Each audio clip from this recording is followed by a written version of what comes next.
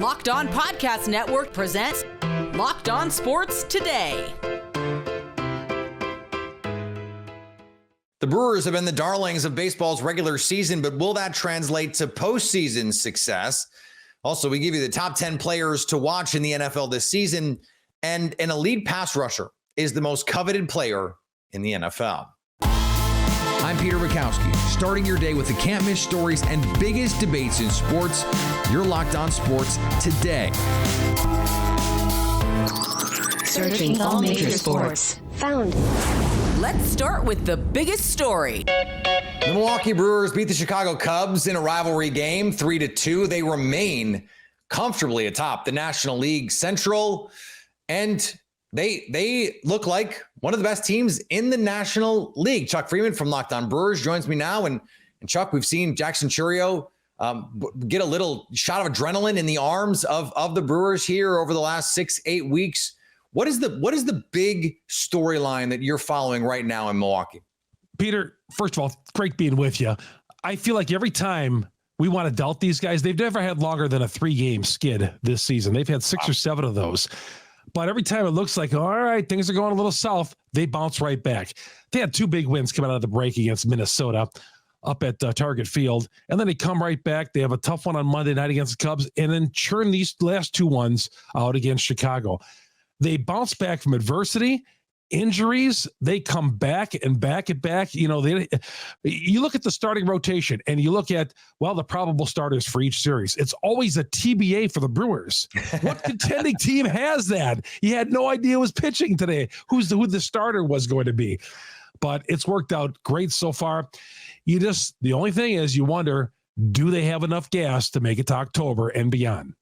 Yeah, and all that being said, 2 games behind the LA Dodgers right now in the National League. Like if you told Brewers fans in April that they'd be 2 games behind the Dodgers in the last week of July, they'd probably be doing backflips. And if also the Dodgers were also in first place, like they didn't have some crazy run of injuries. Mm-hmm. But I think that's going to be the question for the Brewers until they prove otherwise. They are, for the last couple of years, Chuck, a fun story.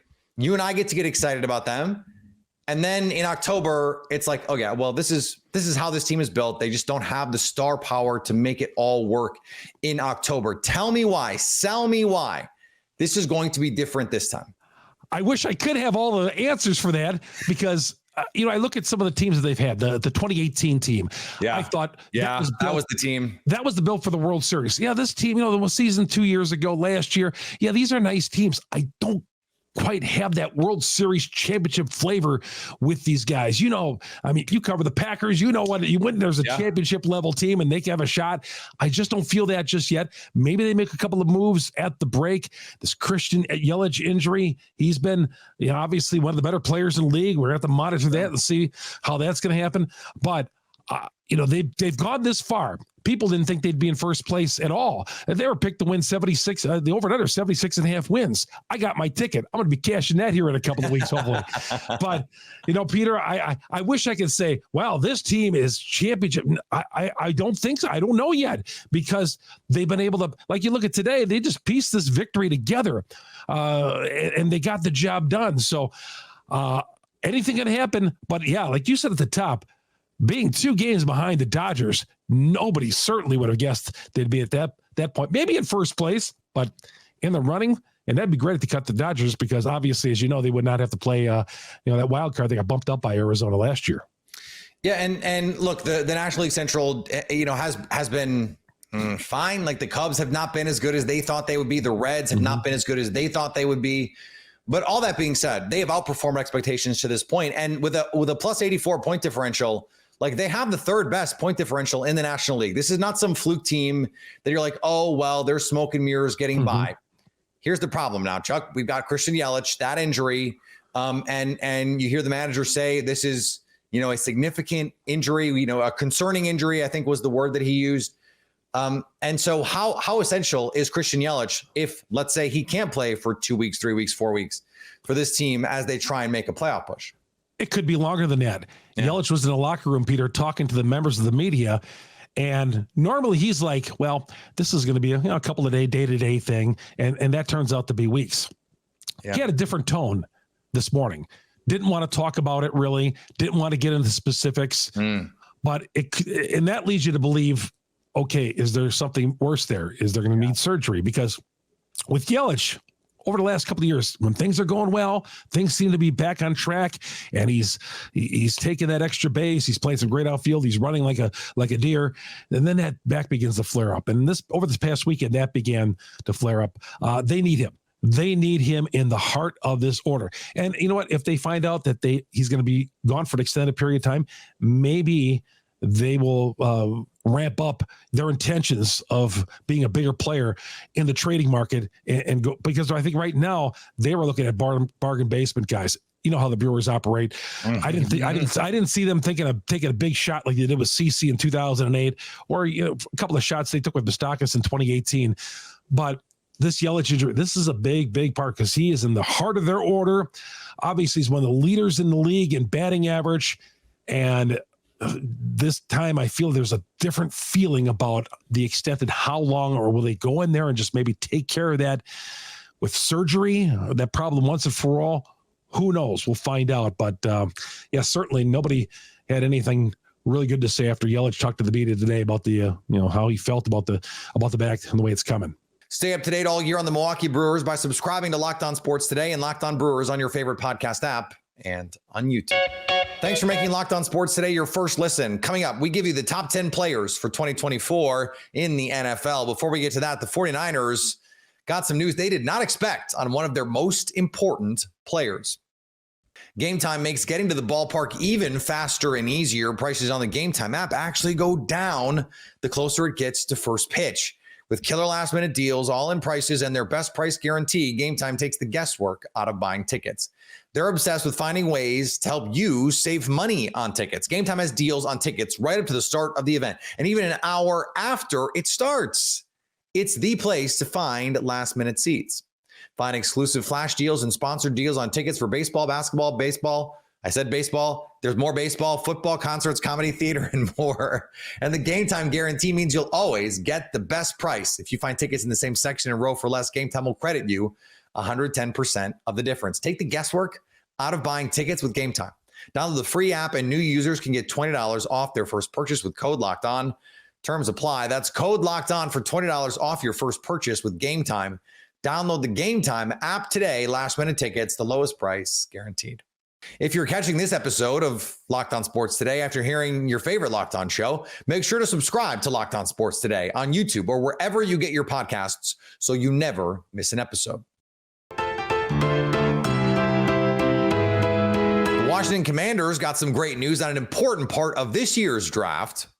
You'd think that day one at Washington Commanders training camp would be all about the rookie quarterback, number 2 overall pick, but it wasn't. I'm David Harrison of Locked On Commanders podcast, and the biggest news of the day, Johnny Newton, Jerzon Newton, second-round draft pick for the Washington Commanders, defensive tackle out of the University of Illinois, making his NFL practice debut. Had previously missed all of rookie minicamp, all of the OTAs, all the mandatory minicamp due to a foot procedure he had to have for an injury that was discovered after he was drafted. But on Wednesday morning, as we were preparing for training camp, head coach Dan Quinn told us that they declared him ready, been cleared for practice, just participated in individual drills today, not going to get into team drills until they test the foot out, all that good stuff as they continue to look towards the long-term future, protect Johnny Newton's long-term future, not just focus on the short term. But either way, exciting to see Johnny Newton on the field. We'll talk about that and more from day one of Washington Commanders training camp on the Locked On Commanders podcast, part of the Locked On Podcast Network, your team every day.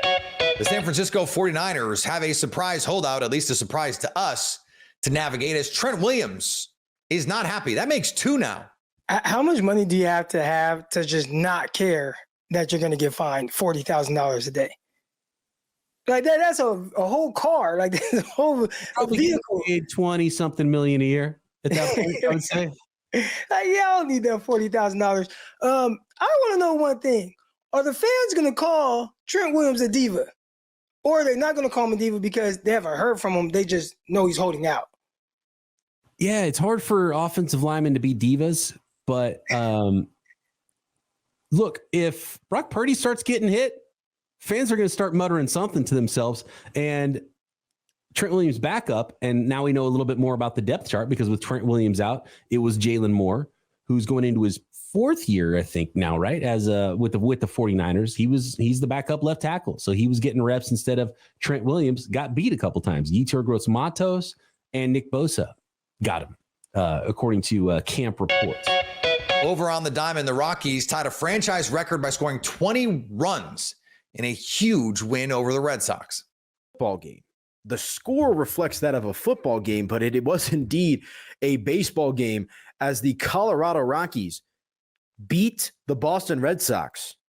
They didn't just beat them, they pummeled them. Final score 20-7. 20-7. 20-7. The Rockies offense was absolutely electric today. 21 base hits, 20 runs scored. The Red Sox scored 7 runs, which 9 times out of 10 is probably good enough to win a ball game. But the Rockies were feeling themselves today.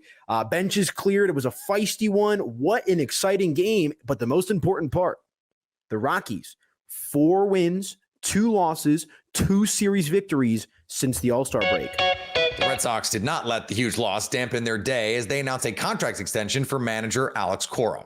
He has been extended.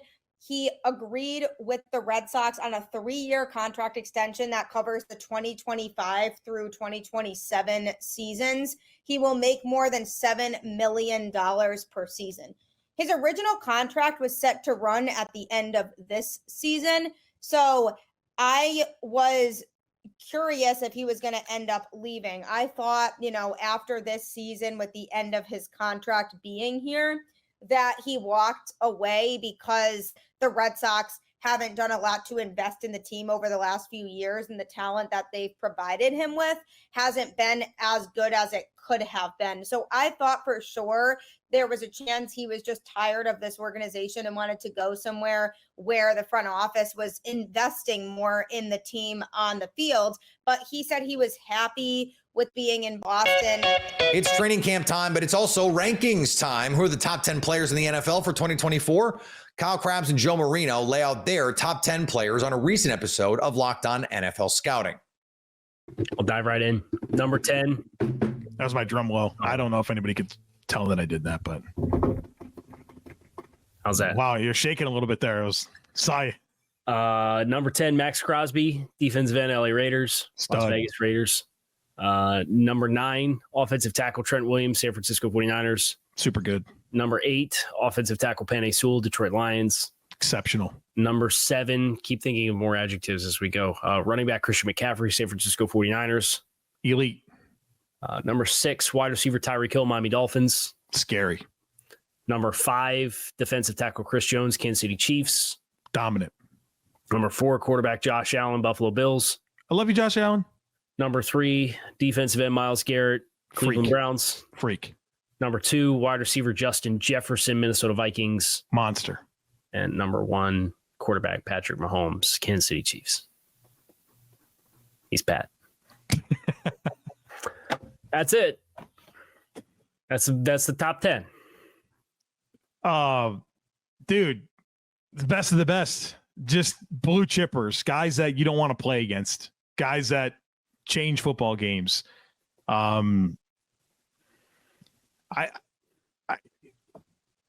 It's hard to. These are the 10 players you kind of expect it to be. Like maybe you could say, okay, if you bump out Parsons or bump out Crosby and put Parsons or something like that. But like, this is a special group of players that it's interesting to see the distribution of youth. Like we have Penei Sewell and Trent Williams, like literally the youngest elite tackle and the oldest elite tackle. You see Tyreek Hill, he's 30? Is he 30? And Justin Jefferson, like, just got done getting his first extension. So, like, it's kind of cool to see the contrasting, like, aging still top 10 player in the league versus, the young top 10 player in the league at the same position. Were you surprised that Trent Williams came in behind Penei Sewell? I was a little surprised. Well, it's my fault. It is your fault, but I mean, you very clearly voted Penei Sewell in front of Trent Williams, and I'm not asking you to get into those two, but just, is it Penei being where he's at, knowing that he's only going to presumably get better from here for you? Yeah, I think I'm leaning into the ceiling of Sewell and the player I thought he was at Oregon, the player he's been at Detroit. And I don't know, I felt like this was the one season of Trent Williams. Like, I think I've said repeatedly that I think Trent Williams is a top 3 player in the NFL. I thought this past season was the one where I was like, man, I seen him take more L's than I typically do. And so that influenced how I stacked them. But I mean, I had Trent Williams 14th, so still very high, but you had him 3. Yep. So you can see the contrast there. Stay up to date all year on the NFL by subscribing to Locked On Sports Today and Locked On NFL Scouting on your favorite podcast app and on YouTube. Coming up, there is nothing more coveted in the NFL than an elite pass rusher. If you could pick one player out of the 10 to be on your team that's not on your team, you're a real jerk. Who would you pick? Who would I pick if I can have one of these players to add to your favorite team for the 2024 season? Oh, that's such a good question. And you have to answer it too. Yeah, that's fine. Well, you're going to pick Pat, right? Are we eliminating the quarterbacks? Yeah, just take the quarterbacks out because it's Josh and Pat, and one of them's on one of our teams already. Oh, dude, you know who I'm picking. You know exactly who I'm picking. It's Myles Garrett. Yes, it's Myles Garrett. We literally just in the pre-show had a conversation about how I want a number 1 pass rusher more than I do a number 1 receiver. So as much as I would die to have Tyreek Hill or Justin Jefferson, I got to have Myles Garrett, man. I get it. No one defensive player can impact the game the way a truly premier pass rusher can. We see with TJ Watt, with Myles Garrett, with Micah Parsons, with the best guys in the league. But you can build the whole plane out of an elite receiver. You can win games or at least be competitive in games with Josh Dobbs, with backup quarterbacks that you can't. Nick Mullins. I was going to say Zach Mullins. That's not his name. It's Nick Mullins. But it doesn't matter. Not to go full rock on you, but it doesn't matter when you have elite skill talent. Look at what the Bengals were able to do in the second half of the season with that offense, with Jake Browning, not Joe Burrow, because they have Jamar Chase and yes, T. Higgins too. If I can just take one player that's not a quarterback and I'm going to start my team with that one guy, I want the guy that I can build my offense around. The Dolphins do not have an elite offense, even with Mike McDaniel and Jalen Waddle without Tyreek Hill. The Eagles do not have an elite offense without A.J. Brown. The Ryan Tannehill and the Tennessee Titans a few years ago had an elite offense because they had Derrick Henry, a play action scheme, and A.J. Brown. An elite receiver can solve all your problems that aren't quarterback. Like we see Devontae Adams in Las Vegas.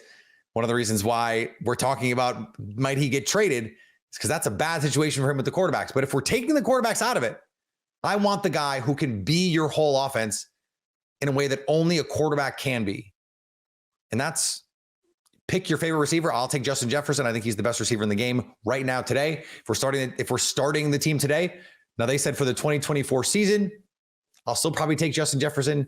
If you want to say it's Devontae Adams instead, if you want to say it's Jamar Chase instead, fine. I'll take that guy. And finally, the WNBA announced a new 11-year media rights deal Wednesday featuring partnerships with Disney, Amazon Prime Video, and new rights holder NBC Universal. The deal is valued at $2.2 billion or $200 million per year, a source told ESPN, but future agreements with additional partners could bring the league's overall media rights deal closer to $3 billion. This is a monumental day for women's basketball. It's been growing like crazy, and I'm telling you, it is only going to grow from here. If you are catching this episode after hearing your favorite Locked On show, make sure to subscribe to Locked On Sports Today on YouTube or wherever you get your podcasts so you never miss an episode. Also, if you're a new subscriber to Locked On Sports Today, we're here, the biggest stories in sports every day. Coming up on the next Locked On Sports Today, who has the most to gain from training camp this year? So at least until tomorrow, stay locked on sports today. Locked On Podcast Network presents Locked On Sports Today. For more episodes of Locked On Sports Today, go to our video on demand. Click on Sports at the top of your screen. There, you'll find past episodes of Locked On Sports Today, plus other Locked On shows on demand.